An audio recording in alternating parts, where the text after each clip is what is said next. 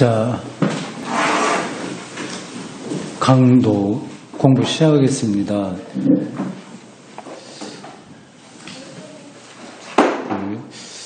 대구센터교회 특징 중에 하나가 기독교 영성을 신학적으로 접근한다. 그런데 그것의 일환으로서 한 달에 한 번씩 신학책을 읽고 공부합니다. 강독입니다. 강독. 모든 인문학 공부의 기초가 강독입니다. 원전을 읽고 그것을 설명하는 거죠.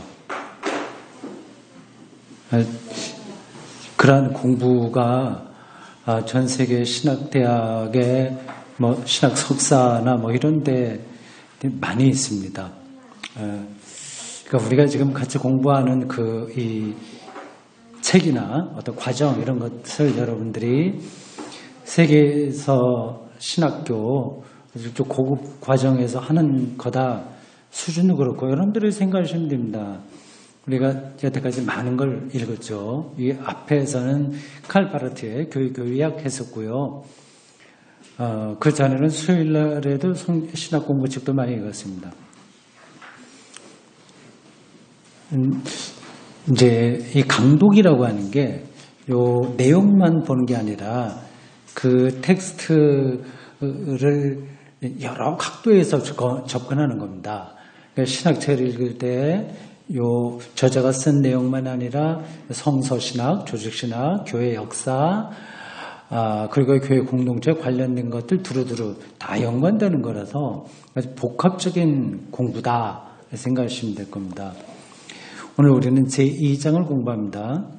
여러분 23쪽 보십시오. 제목이 세리 요한과 나사렛 예수입니다.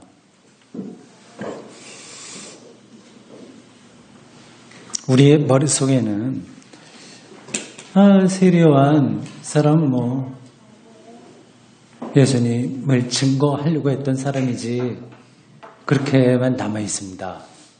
초기독교회는 이 두 집단, 그러니까 나사렛 예수 추종자들하고 세리 요한의 추종자들 사이에 그 갈등도 있었고 일종의 경쟁 관계이기도 하고 두루두루 그랬습니다. 그러다가 이제 이 나사렛 예수를 따르는 사람들에게 다 포함되어 버린 거죠. 그 아주 초기 기독교에서 벌어진 어떤 그 사건들입니다. 그걸 우리가 이제 따라가려고 하는 겁니다. 보십시오. 이렇게 시작합니다. 23쪽입니다. 소수 집단들이 팔레스타인의 유대 민족 대중들을 자신들 편으로 끌어들이지 못하는 상황 속에서 자연스럽게 이들과 민중을 갈라놓는 장벽을 뛰어넘으려는 시도들이 이루어졌다. 그 당시는 로마 체제 아래에 있었습니다. 그 민족 정체성들이 이게 확보되기가 어려웠습니다. 그들은 그래서 그게 이미 몇백 년 전서부터 시작된 거지만 자기네 나라 말을 다 잃어버릴 정도였어요. 그래서 그런 민족성 이런 것들도 좀 더 약화되고 그랬습니다. 그래서 그걸 이제 넘어서 보려고 하는 민족주의 운동들이 여기저기서 많이 시도가 이루어졌습니다. 기원 후 30여 년 동안 있었던 이러한 시도 중에서 두 가지가 바로 세리 요한과 예수의 경우다. 이들이 하려고 하는 게 뭐냐고 앞에 나온 문장에 있습니다. 어떤 소수 집단이, 그러니까 리더죠. 어떤 소수의 민족적이고 정신적인 리더들이 그 민중들을 끌어내갖고 어떤 힘으로 사회운동이죠. 종교운동이라고, 메시아운동이라고 할 수 있는데 그걸 좀 해보려고 했던 겁니다. 근데 그걸 또 자꾸만 이제 끊어내려고 하는 그러한 움직임도 많이 있었고요.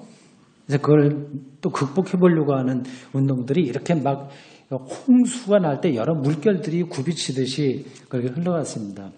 그 기원 후 30년 그때 일어났던 대표적인 두 시도가 세리 요한과 예수다. 세리 요한에 관해 알려진 문헌은 그리 충분하지 않다. 기원 후 93에서 94년경 유대 역사가 플라비우스 요세푸스 유명합니다. 요세푸스 그 유대 사람인데 이게 로마에서 활동한 사람이죠. 유대계 로마 역사학자 요세푸스에 의해서 완성된 고대 유대사의 한 구절, 거기 세례요한이 나오는 거 봅니다. 제가 뭐 확인은 못 해봤습니다. 신약 성서에 다음 몇 구절이 있을 뿐이다. 처음 세 복음서에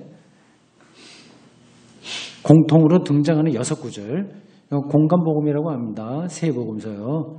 공간복음서는 같은 관점으로 봤다는 뜻입니다.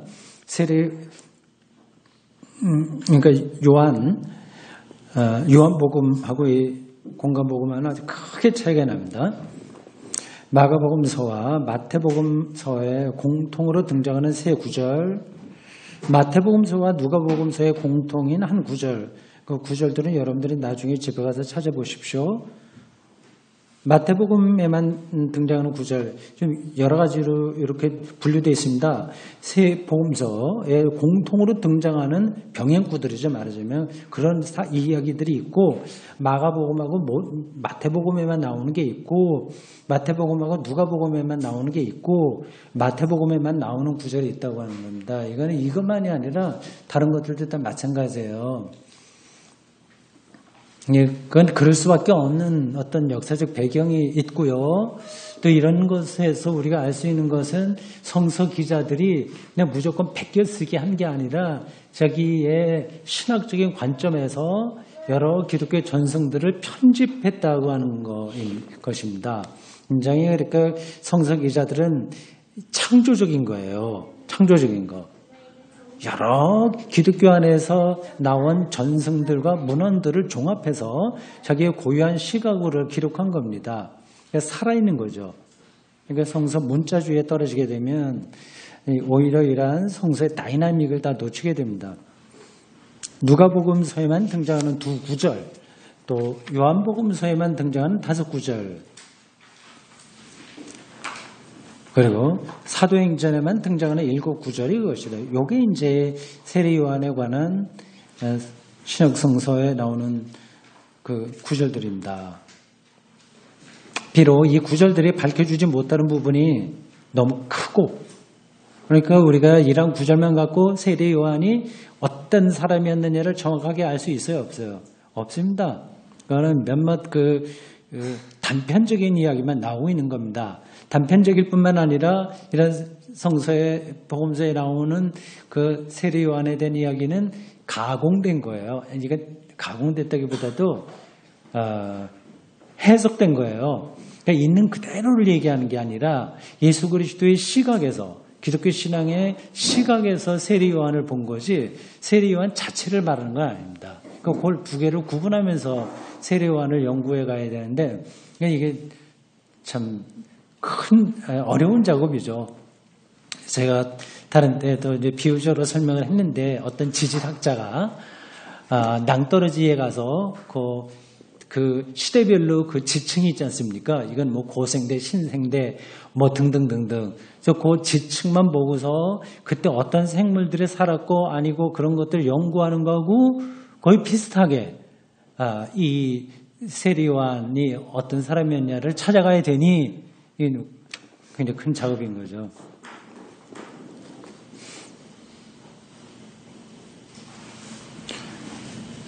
밝혀주지 못하는 부분이 너무 크고, 훗날의 문헌들, 이거는 성서에 나오지 않은 다른 교부들의 얘기입니다.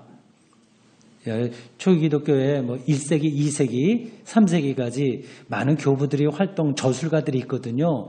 그들의 글 속에 몇몇 이런 것들이 나오는데, 이런 것들이 대해서 조명해 주는 바가 없지 않지만 세례 요한이 누구냐 하는 것을 조금씩 말하긴 하나, 세례 요한에 관한 서술, 그리고 그가 했다고 전해진 말, 그거 있죠. 우리가 알고 있는 세례 요한이 한 말, 이런 것들이요. 그리고 그의 행동에 관한 비유 등은 그의 존재와 중요성을 증명해 주기에 충분하지 않다. 자료가 충분하지 않다는 겁니다. 감안하고 우리가 봐야 되죠. 이런 신학자들의 연구를 통해서 우리는 세례요한에게 조금씩 가까이 갈 수 있고, 더 중요한 거는 그런 공부를 통해서 예수 그리스도가 누구냐를 더 정확하게 알 수 있는 겁니다. 요한은 유대의 제사장 집안 출신이었던 듯하다. 누가복음에 이런 게 많이 나오죠. 그는 사륵기원 몇 년 전에 태어났으며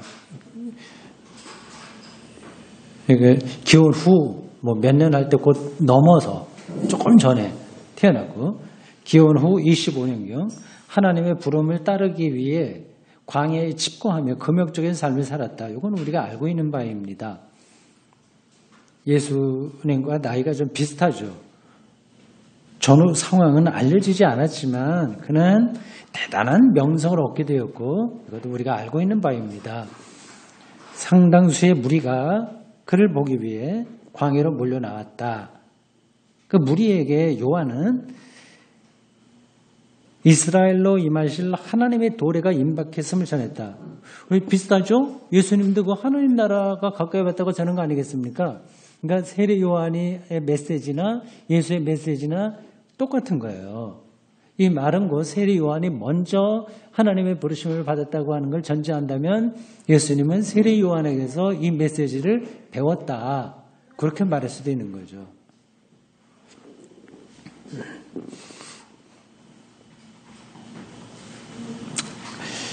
의무 수행을 게을리한, 따라서 하나님의 진노를 받게 될 백성들에게, 그러니까 바르게 살지 못했다 이거죠. 그 당시 사람들. 그런 사람들에게 이것은 두려운 전망이 아닐 수 없었다. 그러니까 하나님 나라가, 하나님이 가까이 왔다고 하는 그 메시지가 좀 반듯하게 살지 못한 사람들에게는 그건 두려운 거죠.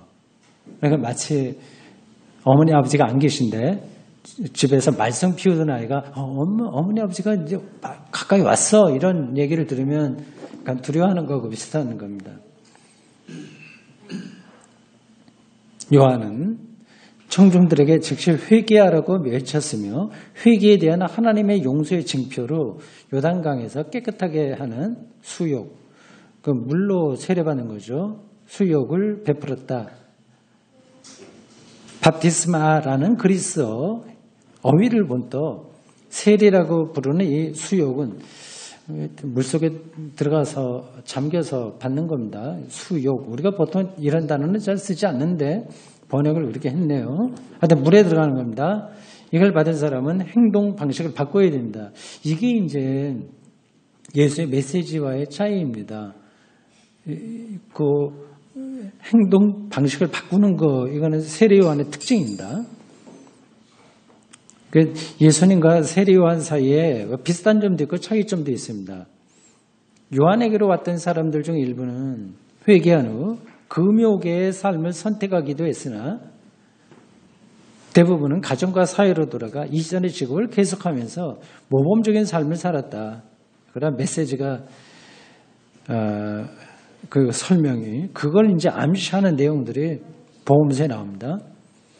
이때부터 모든 사람들은 하나님의 용서를 받게 되리라는 확신을 가지고 마지막 심판에 임할 준비가 되어 있었다. 마지막 심판. 절체절명의 상황을 자기가 받아들이는 거죠. 이것은 모두에게 베풀어진 차별 없는 은혜라는 사실로 인해서 이스라엘 내부의 영적인 분열은 사라질 수 있게 되었다. 이건 큰 의미가 있는 건 아닙니다. 그 다음 세례 요한은 세상 끝날의 예언자처럼 보였다. 어떤 이들은 요한을 예언자 말라기가 예언한 엘리야라고 생각하기도 했다. 여기까지는 우리가 어느 정도 알고 있었던 세례 요한에 대한 이야기입니다. 그 다음도 이제 알고 있는 내용이에요. 이 저자가 그 알고 있는 내용들을 설명하면서 이제 좀 새로운 시각들을 우리들에게 열어주고 있습니다. 백성들을 심판하러 온 이 용감한 하나님의 사자는 도끼가 나무 뿌리에 놓였다 이런 식으로 표현도 많이 했죠. 심판을 선포한 겁니다. 주저없이 헤롯 안티바스를 책망했다. 이 성경에는 헤롯이라고 많이 나오는데 여러 사람입니다. 헤롯이요. 그러니까 아들들이 많았죠. 헤롯 대왕 밑으로 아들들이 많았습니다. 그리고 조카들도 그 밑에 아들의 아들 뭐 등등 해서 오랫동안 이 헤롯 왕조가 그 지역을 다스렸습니다. 헤롯 안티바스는 로마로부터 갈릴리아 페레아, 우리가 베레아라고 하는 지역인가? 지역을 양여받은 헤롯 대왕의 아들로 헤롯 대왕이 기원전 4년부터 기원 후 39년까지 거기를 왕으로 군림했습니다. 요거 보면 예수님 살아계시는 동안하고 거의 일치합니다.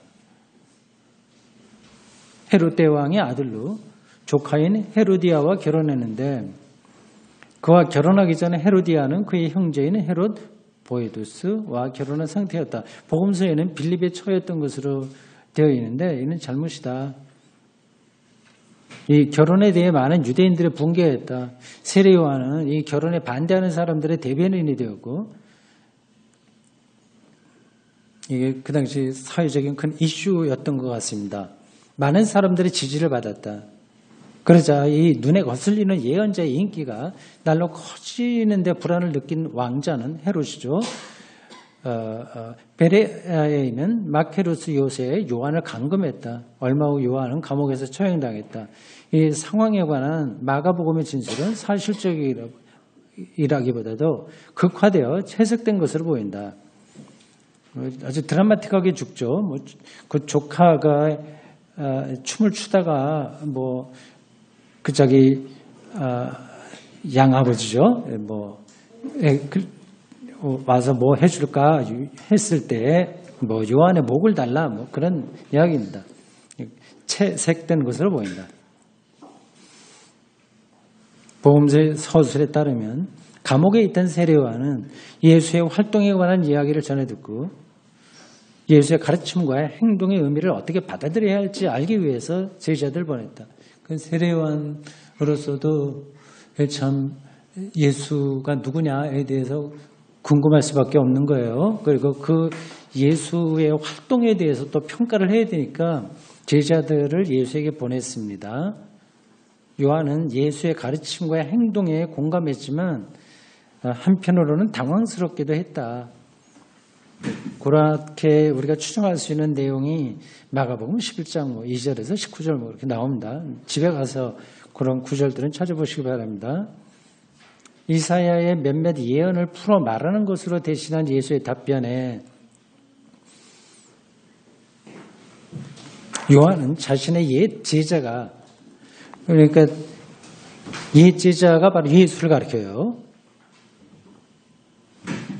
메시아의 역할을 하고 있고 자신이 가르침의 근거로 삼고 있던 종말론적 구상이 뒤엎어졌다고 하는 믿음을 가질 수 있었던 것일까? 이거 좀 말이 조금 어렵죠? 이게 그러니까 세례 요한은 종말론적 구성, 하나님의 심판이 그렇게 미래에 이루어진다. 뭐 그렇게 말한 반면에 예수는 지금 이미 왔다. 그렇게 하니까 자기 생각이 급 엎어졌다. 그렇게 표현된 겁니다. 예수의 답변에 관련된 요한의 반응에 대해서 복음서들이 침묵하고 있는 사실을 볼 때 그렇지 않은 것 같다. 바로 앞에 질문 형식으로 나온 거 그렇게 볼 수도 있는데 그런 질문을 가질만 한데 자기의 생각과 좀 다른 걸 예수가 말하는 것은 보이는데 복음서 기자들이 그걸 그렇게 뭐 이렇게 따지지 않은 걸 보니까 뭐 그렇지는 않은 것 같다. 따라서 예수에게 충성을 보이는 요한의 모습을 보여주는 복음서의 장면들은 그렇죠. 그런 게 복음서에 많이 나오죠. 그런데 그의 어떤 것들이 있나요? 세례 요한이 예수에게 충성을 보이는 것들이 어떤 게 있습니까? 신들매를 풀기도 힘들다. 뭐 그런 표현들. 그렇죠? 몇 개 있을 겁니다. 더. 근데 그런 것들은 전설적인 성격으로 이해해야 된다. 그러니까 나중에 그렇게 이해가 되는 거죠. 그렇게 실제로 있었다기보다도. 그러니까 복음서에 나와 있는 거는 세리요한의 관계에서 이미 예수가 그리스도로 고백된 다음에 시간이 많이 흐른 다음에 새롭게 기록된 것이니까 역사적 그냥 엄격한 사실이다 이렇게 보면 좀 무리가 있는 거죠. 세례요한이 전했던 임박한 내림의 주체는 하나님 나라가 오셨다고 하는 거예요. 이게 요즘도 저의 그 일종의 화두인데 하나님의 현주와 하나님 오셨다고 하는 게 실제로 뭔가 그리고 거기에서 우리 기독교 신앙의 모든 게 자리를 잡고 있는데 그게 참 궁금해집니다. 대충 우리가 알고 있는 바이긴 한데 조금 더 실제적으로 좀 생각을 해봐야 되겠습니다. 임박한 내림 오신다고 하는 거예요. 주체는 하나님 자신이지 어느 정도 인간의 모습을 한 메시아가 아니었다. 이게 세례요한이 볼 때는 그냥 하나님의 전적인 그런 그 오심이지. 그 예수는 이제 인간적인 모습이 있으니까 예수가 메시아라고 하는 것, 하나님의 오심이라고 하는 것을 받아들이기 힘든 게 아닌가, 뭐 그런 걸 지금 설명하고 있습니다. 이에 관해서 세례요한의 생각을 바꾸었다고 생각하게 하는 단서는 아무것도 없다. 그러니까 세례요한이 예수가 메시아인가 아닌가에 대해서 계속 문제의식을 갖고 있었다고 하는 거죠. 그래서 자기가 생각했던 것들을 포기하고 그대로 받아들인 것으로 보기는 어렵다. 서로 그가 예수의 역할에 관해 긍정적인 생각을 가지고 있었던 것으로 보인다고 하더라도 마찬가지다.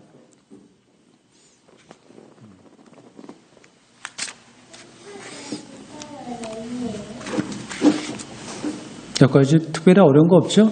지금 무난하게 지금 우리가 따라가고 있습니다. 세례요한과 예수님과의 관계를 지금 세례요한의 입장에서 설명하고 있습니다.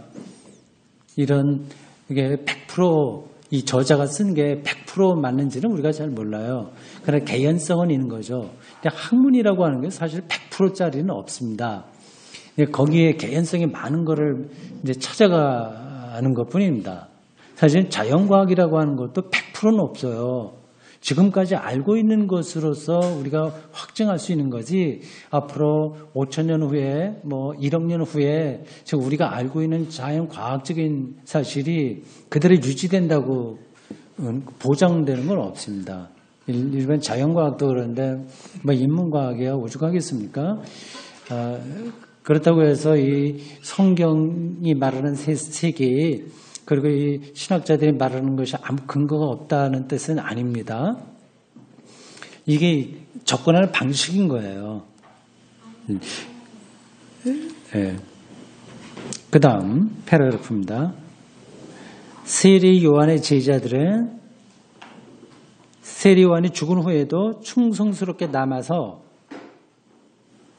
디아스포라에게까지, 이건 디아스포라 유대인들을 가리킵니다. 여러 지역에 퍼져 있었습니다. 그들에게까지 계속해서 그의 메시지를 전했다는 증거가 많이 있다.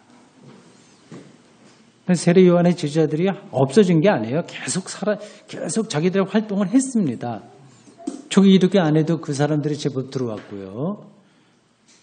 요한복음서 앞부분 몇 장은 세례 요한의 제자와 예수의 제자가 대립하는 논쟁의 흔적을 보여주고 있다. 그러니까 어떤 걸까요? 아마 당신에게 세례받은 자가 저기서 또 뭐 세례 베풀고 있다. 어쨌든 그런 세례 제자들이 한 이야기, 아마 그걸 가리키는 것을 보입니다. 대립하는 논쟁의 흔적을 보여준다. 거기서 세례 요한은 그 자신의 제자들과 대립판이 있더라도 메시아적 칭호를 거부하는 사람으로서, 그러니까 자기를 메시아로 여기려고 하는 제자들의 충성심을 거부하는 것으로 나오죠. 그리고 끊임없이 예수가 메시아임을 증거하는 사람으로 묘사되어 있다. 네. 성경에 그렇게 표현되어 있습니다. 근데 그거는 표현인 거지 그때에 어떤 사상과 어떤 생각들이 오갔나 하는 것은 또 별개의 문제입니다. 이것은 기원 후 1세기 말, 1세기 말이면 언제쯤이라고 할 수 있을까요? 한 80년, 90년경이죠. 이 복음서가 저술될 무렵에, 복음서는 여러분들이 다 알다시피 늦게 기록됐습니다. 편지들이 더 일찍 기록됐고 가장 빨리 기록된 복음서도 70년 이후입니다. 요한복음 같은 거는 훨씬 더 뒤죠. 90년에서 100년까지로 늦춰져 봐야 됩니다. 그 무렵에. 그러니까 참 이상하죠. 예수님의 그 복음, 예수님의 이야기를 담은 게 먼저 기록됐을 거라고 우리가 상상하는데 전혀 그렇지 않은 거예요. 그 관계는 뭐 조금 더 설명이 필요하긴 한데 그냥 넘어가겠습니다. 그 무렵에 세례 요한을 종말의 예언자 또는 메시아로 생각하는 공동체가 있었다는 거죠. 예, 그때까지도. 세례 요한을 메시아로 여기는 사람들이 남아 있었다고 하는 겁니다. 그러니까 이 메시아 논쟁은 그렇게 뭐 칼로 이렇게 딱 잘라서 보여줄 수 있는 게 아닙니다. 그러니까 예수가 메시아라고 하는 사실도 그렇게 하루 이틀에 결정된 게 아닙니다. 오랜 역사의 과정을 통해서 초기독교의 신앙 안에 자리를 잡게 된 겁니다. 근데 거기에 관련된 논란이 참 많습니다. 그리고 사실 예수님의 생전에 우리가 복음서를 통해서 추정해 보면 자기를 메시아라고 생각하는 것을 거부했습니다. 근데 그 당시에 메시아라고 하는 건 어떤 건지 아시죠? 정치적인 메시아예요. 로마로부터 자기들 해방시키고 뭐 잘 살게 하고 예를 하여튼 그런 방식으로 하는 메시아니즘이 유대인들에게 있었습니다. 그러니까 그 대중들을 묶어내서 정치적인 이스라엘 사람들이 중심이 되는 세상을 만드는 어떤 절대자, 그러니 메시아로 생각을 했습니다. 그러니 십자가에 죽어야 된다고 하는 그 예수님의 운명을 제자들이 받아들일 수 있겠습니까? 그런 일이 일어나면 안 됩니다. 그렇게 베드로가 얘기하자 사탄아 물러가라 그런 예수님의 말씀이 있는데 그런 거를 놓고 밀어볼 때 자신을 그런 정치적인 메시아로 보려고 했었던 그 시도들에 대해서 예수님이 아주 확실하게 거부한 거죠.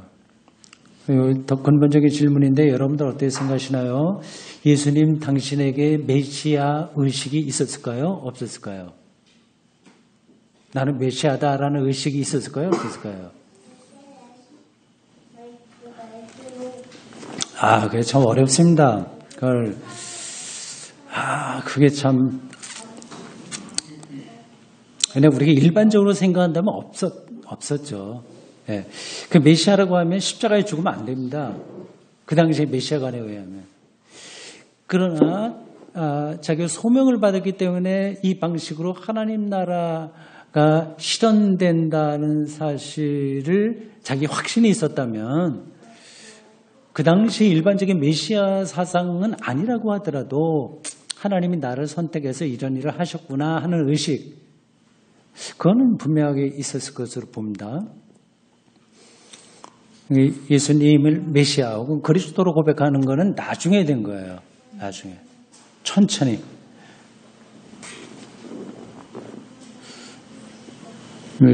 그런 얘기를 듣고 기독교 신앙이 이렇게 흔들리는 분은 없겠죠.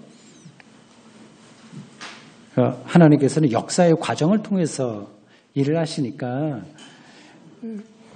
그 예수가 그리스도로 고백되는 그 과정, 역사 그걸 우리가 받아들여야 됩니다.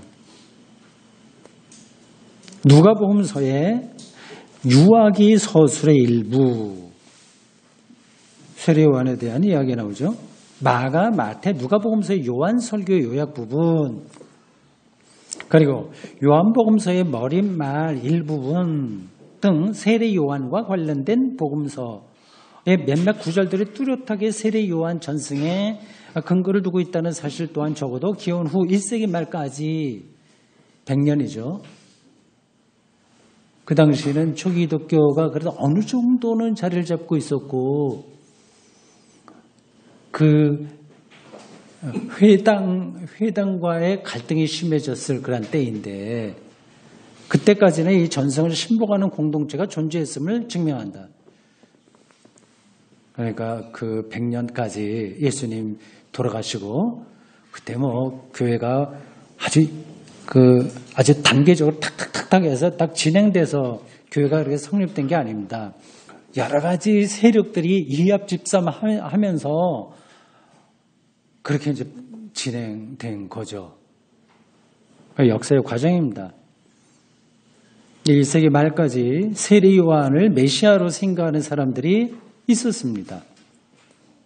세례 요한과 교회의 존재에 관한 그 후의 증언은 매우 산발적이다. 그러나 고대 후기에 상당한 기간 동안 고대 후기요. 어느 때를 얘기할까요? 하여튼 뭐 100년 이후 뭐 그때겠죠. 고대 후기에 상당한 기간 동안 유대교의 주변에 세례파 공동체가 존재했음을 알려주는 단서는 어렵지 않게 찾아볼 수 있다. 유대교 근처에 이 세례 요한의 제자들이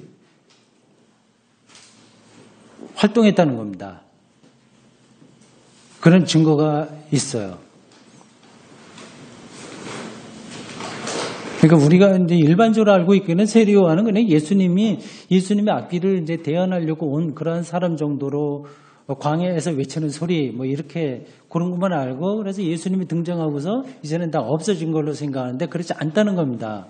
저기 기독교가 어느 정도 자리를 잡을 때까지 계속해서 그들은 그 옆에 있었습니다. 그래서 어떤 때는 조금 갈등하고 어떤 때는 협조하면서 지내다가 어느 시점에 이르러서 완전히 역사에서 사라지게 되죠. 그리고 이방인 기독교 공동체만 역사에 남게 됩니다. 유대인 기독교는 그것도 또 사라지게 되고요. 그게 천천히 그렇게 됐습니다.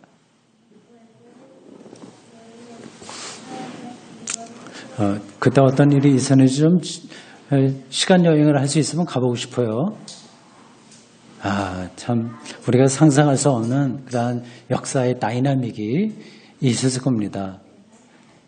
그러니까 이방인 기독교 공동체가 역사에 나타나는 것은 기적입니다. 이건 될 수 없는 상황인데 이렇게 된 거예요. 세례 요한을 따르는 이 공동체는 기독교의 발전에 관해서는 알지 못한 채 근동의 일부 지역에 존속하고 있었던 듯하다. 자기들은 이제 세례 요한이 주는 세례 이걸 최고로 알고 그리고 금욕적으로 살고 도덕적으로 살고 뭐 그렇게 사는 거 그걸 그렇게 자기들의 공동체를 유지한 겁니다. 이 공동체는 기원 후 말 배교자 제명 때 회당으로부터 축출되어 분파로 남게 되었음이 확실하다. 이렇게 보면은 기독교의 운명과 비슷합니다. 기독교도 회당으로부터 축출되거든요. 기원 후 70년 예루살렘이 함락되고 기원 후 90년에 얌리아 회의에서 유대교 경전을 39권을 결정하면서 더 본격적으로 그 유대교 부근에 있었던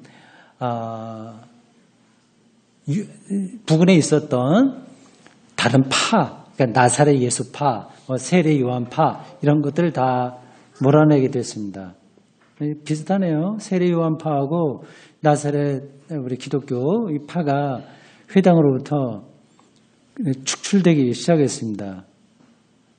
모든 유대인들을 모아 회개하게 함으로써 하나님이 자신의 백성을 찾아오실 것을 대비하고자 하는 열망에서 태어난 운동으로서 세례 요한의 운동이 그겁니다. 이게 얼마나 역설적인 결말인가. 유대교회의 가장 근본에 바로 섰던 사람들이 유대교회에 의해서 축출되는 상황이었다고 하는 겁니다. 이게 세례 요한의 추종자들이 겪은 운명이었어요. 그 와중에 기독교가 있는 겁니다.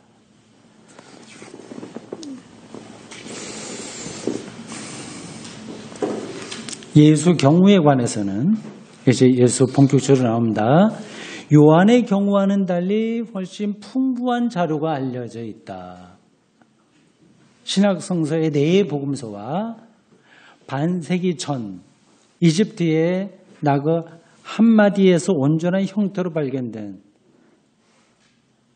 이건 최근에 발견된 겁니다. 여기 반세기 전이라고 했으니까 이 책을 쓸 때부터 반세기 전이에요.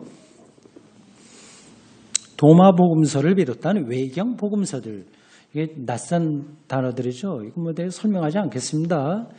도마 복음서, 외경 복음서들 이게 많습니다. 그리고 기원 후 2, 3세기의 교부 문서 등이 그 자료들이다. 참 기독교는 이게 살아남게 된 여러 이유 중에 하나가 문서 작성인 겁니다. 말로 끝나지 않고 문자로 자기를 기록한 거예요. 이렇게 풍부하게 문서를 남긴 종교가 그렇게 많지 않습니다.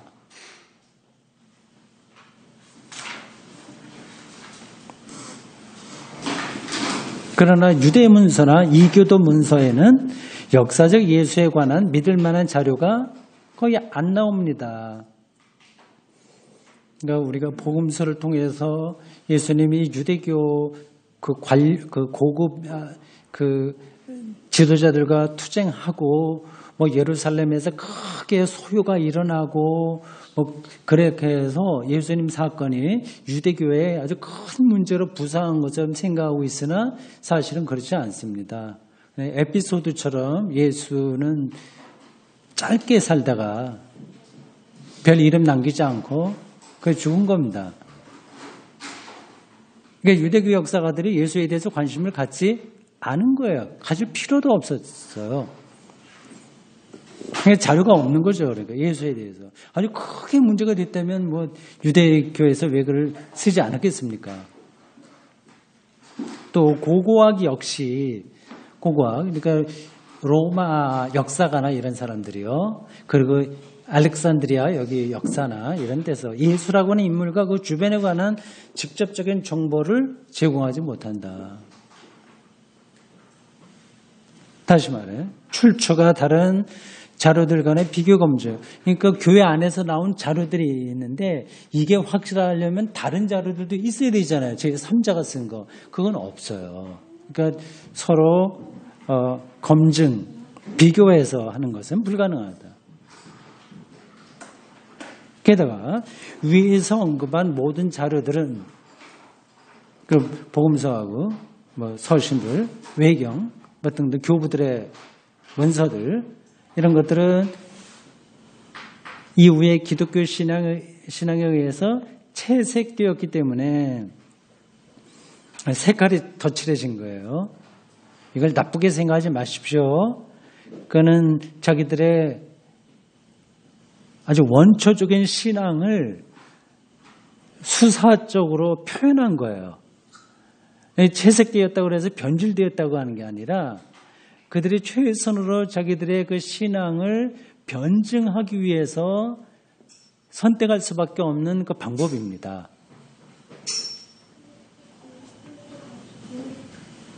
일종의 시와 같은 거죠. 시는 그냥 사실대로 쓰는 게 아닙니다. 시적 경험을 언어로 이렇게 수사하는 거죠. 그래서 그 기독교에서 나오는 모든 문헌들은 어떠한 관점에서 묘사된 겁니다. 신문 기자들이 쓴 보도가 아니다. 그걸 염두에 두시면 되겠습니다. 채색되었기 때문에 그리스도의 신성 또는 세계 속의 교회의 사명이라는 사상에 젖어있는 서술과 담화를 넘어서 고기가 있는데 그걸 너무 넘어서 역사 속의 사건과 인물로 거슬러 올라가는 비판적 작업, 막 그래서 역사적인 사실을 찾아내려고 하는 크리틱한 그런 작업은 어려울 수밖에 없다. 어떤 게 비판적인 작업으로 설득력을 얻으려면 비교 검증을 해야 되거든요. 그게 안 되면 이게 역사 사건과 인물을 그대로 복원하려고 하는 작업은 그게 이제 그런 작업이 어려운 거죠. 다시 말씀드립니다만은 그렇게 주기독교의 문서가 그렇게 채색되고 어떤 신앙적인 관점으로 설명되어 있다고 해서 무게가 떨어지는 게 절대 아닙니다. 그걸 구분할 수 있으면 되는 거예요.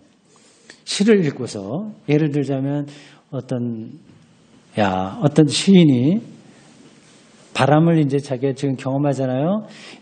저 몽고 어디 들판에서 그 양의 입김을 스쳐서 온 그 바람이 여기 나에게 왔구나.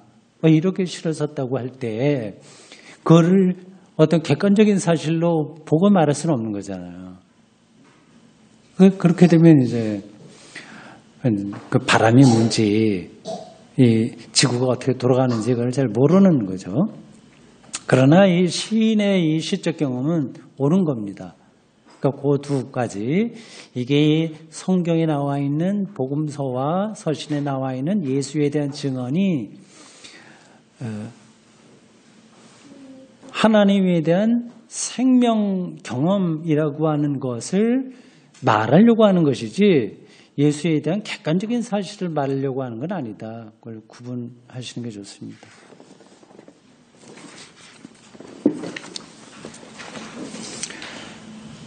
이러한 이유로 역사적 예수에 대한 연구, 이거는 지난 2세기 이전부터 한 200년 동안 무자비한 전투가 벌어지는 전쟁터가 되고 있다. 그거 각주 19번 있죠? 보십시오. 각주 19번. 전쟁터가 되고 있다 하면서 이렇게 달았습니다. 알버트 슈바이처. 이 알버트 슈바이처가 아세요? 이 사람? 보통 우리가 슈바이처 박사라고 하는 그분입니다. 특별한 사람이죠. 아프리카의 성자라고 이렇게 얘기를 하는데 20세기 최고 성자라고 얘기하는데 이 사람이 신학자입니다. 원래. 그 사람이 박사학위 논문 쓴 거 제목을 내가 지금 잊어버렸어요. 하여튼 이 역사에 관한 문제, 역사적 예수와 아니면 역사적 예수와 신앙의 그리스도인가? 뭐 그런지 정확하게 모르겠습니다. 그런 걸로 박사학위 받았습니다. 그리고 파이프 올겐 연주자고 의사고 특별한 사람이죠. 바로 그 사람이 알버트 슈바이처입니다. 이 사람이 1906년에 이미 예수의 생애를 둘러싼 논쟁에 관한 예리한 통찰력을 가지고 서술한 바 있다. 그 이후는 논쟁은 계속했는데 이 알버트 슈바이처가 이 말하려고 하는 핵심은 성경 복음서를 통해서 역사적인 예수를 복원할 수 있다고 받겠어요? 없다고 받겠어요? 네? 복원할 수 없다고 본 겁니다. 여러 가지를 다 근거로 삼아서 그렇게 연구를 했습니다. 예, 지금 미국을 중심으로 해서 역사적 예수를 많이 연구를 하고 있는데 제가 보기에는 조금 도움이 될지 모르지만 별로 큰 의미가 있지 않습니다. 예수 세미나라고 하는 운동이에요. 나중에 인터넷에 여러분들 가서 예수 세미나 찾아보십시오. 이들은 기독교가 헬라화됐기 때문에 이제 원래 역사적 예수를 찾아서 우리가 바르게 믿어야 된다 그런 운동을 벌인 사람들입니다. 근데 슈바이처 박사 이후로 유럽, 독일 쪽의 신학에서는 그 역사적인 예수를 복원할 수 없다고 보고 있는데 미국 쪽에 여긴 좀 실용주의적인 게 좀 강하니까 신학도 그런 쪽으로 합니다. 역사적 예수를 찾을 수 있다. 뭐 그런 입장에서 하고 있는데 뭐 재밌게 글을 쓰긴 합니다. 이러한 문제에 관한 논의를 연장하는 것이 본서의 주제가 아닌 까닭에 본 저자는 올바른 판단의 결과라고 받아들일 수 있는 몇몇 일반적 결론들에 관해서 언급하는 것으로 만족하기로 하겠다. 네, 굉장히 복잡한 이야기이기 때문에 자기는 그만두고 일반적인 몇 가지만 좀 살펴보자. 역사적 예수에 대해서 그렇게 말하고 있습니다. 잠깐 쉬었다 하겠습니다.